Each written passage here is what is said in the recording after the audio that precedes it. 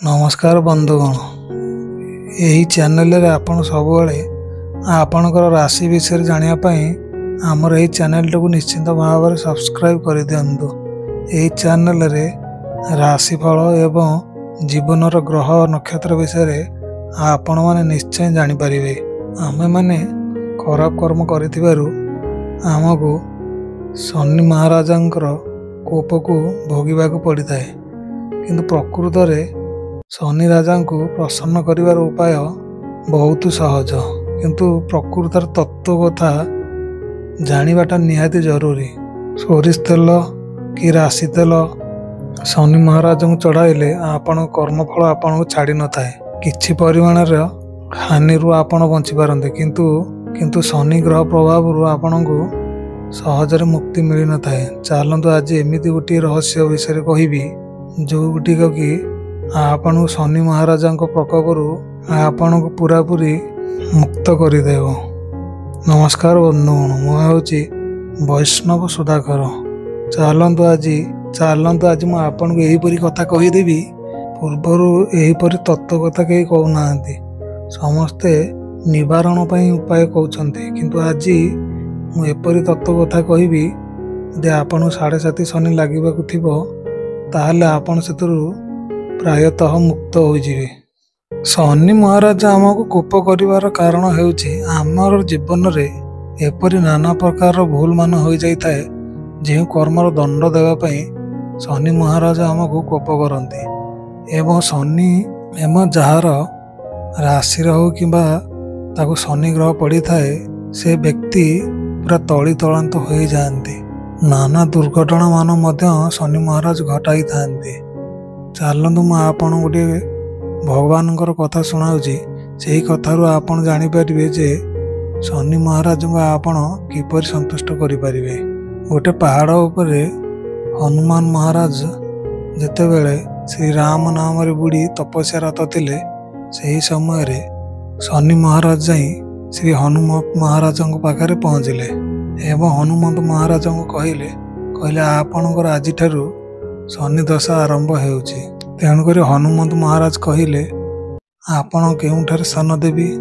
हनुमंत महाराज कहले हृदय तो मोर प्रभु श्रीराम अच्छा, आपण को केउठारे मु स्थान देवी। शनि महाराज कहले आपण मुंड उपर मते स्थान दियंतु, मु आपण को 7.5 शनि भोगी देवी। हनुमंत महाराज शनिदेव को अनुमति प्रदान कले। शनि महाराज जाई श्री हनुमंत महाराज मुंड उपरे बसीगले। हनुमंत महाराज मुंडरे खुजुली होबाकू लगिला। तेणुक हनुमंत महाराज पाखर थिबा पहाड़ को लांजरे टेकी आनी मुंडरे रखिथिले।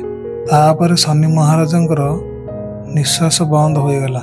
से बहुत विकल होई प्रभु श्री हनुमंत महाराज को क्षमा मागी नेले। कहले मते एई थरक छाड़ी दियंतु, मते रक्षा करंतु। हनुमंत महाराज होउछन्ति संकट मोचन एवं से बहुत दयालु। तेणुक से मुंड उपर पर्वत काढ़ीदेले एवं शनि महाराज सेठारु मुक्ति पाइले। एवं सही दिन ठार शनि महाराज कथा देले जे जो माने भगवान को नाम स्मरण करुथिबे, सदा सर्वदा भगवान को नाम जप करुथिबे, हनुमानकर भक्त होइथिबे, हनुमानकर नाम जप करुथिबे, हनुमान चालीसा पाठ करुथिबे, सेमानक उपरे आदौ शनिदेवंकर कौनसी भी प्रभाव रहिबो नाही।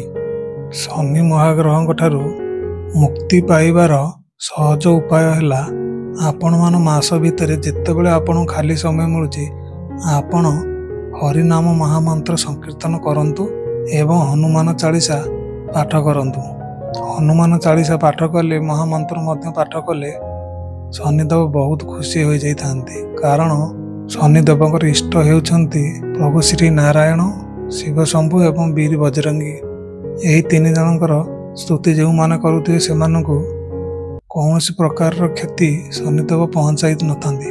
अब आपण माने शनिवार रे राशि तेल रे प्रभु श्री हनुमंत महाराज पाखरे गोटे दीपटिए लगांतु एवं हनुमंत महाराज देहरे मध्य राशि तेल लगांतु।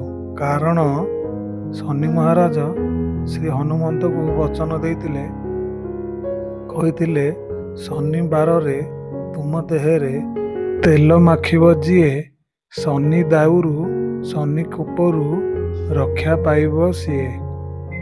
ଶ୍ରୀ ହନୁମନ୍ତ ମହାରାଜଙ୍କ ଶରୀରରେ ତେଲ ମାଲିସ କରିସାରିଲା ପରେ ଆପଣ ଏହି ମନ୍ତ୍ରଟିକୁ ପାଠ କରନ୍ତୁ। ଓଂ ସଂ ଶନିଶ୍ଚରାୟ ନମଃ। ଏହି ମନ୍ତ୍ରଟିକୁ 3 ଥର ଉଚ୍ଚାରଣ କଲେ ଆପଣଙ୍କୁ ଶୁଭ ଫଳ ମିଳିବ। ଏହି ଉପାୟଟି କଲେ ମଧ୍ୟ ଶନିଦେବ ବହୁତ ଶୀଘ୍ର ପ୍ରସନ୍ନ ହୋଇଯାଇଥାନ୍ତି। ଯଦି ଏହିପରି ଆପଣମାନେ ତତ୍ତ୍ୱ କଥା ଜାଣିବାକୁ ଚାହୁଁଛନ୍ତି ତାହେଲେ ଏହି ଚ୍ୟାନେଲଟିକୁ ଆପଣମାନେ ଜରୁର ସବସ୍କ୍ରାଇବ୍ କରି ରଖନ୍ତୁ। ଏଥିରେ ରାଶିଫଳ ଏବଂ ଆପଣଙ୍କର ଜୀବନର ଅନ୍ୟାନ୍ୟ ତତ୍ତ୍ୱ କଥା ଆପଣ ନିଶ୍ଚିତ ଭାବରେ ଜାଣିପାରିବେ। ଏତିକି କହି ବିଦାୟ ନେଉଛି। ନମସ୍କାର ବନ୍ଧୁଗଣ।